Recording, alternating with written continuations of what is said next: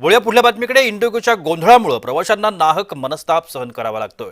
इंडिगोनं काही तांत्रिक गोष्टी वेळेत केल्या नाहीत. 10 तासांचा ड्युटी टाइम कमी करावा अशी पायलट्सची मागणी होती.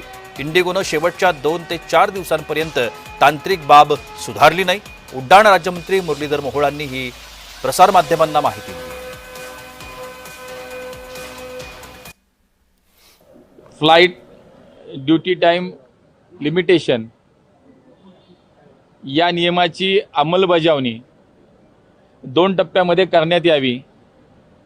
1 जुलै 2025 व 1 नोव्हेंबर 2025 अशा 2 टप्प्यामध्ये प्रत्येक विमान कंपनीनं जे नियम आता दिले आहेत त्यानुसार ताबडतोब आपल्या व्यवस्थापनामध्ये बदल करावेत. परंतु इंडिगोने मात्र अगदी शेवटपर्यंत 2-4 दिवसापर्यंत सुद्धा त्याच्यावरती कुठलं काम केलं नाही.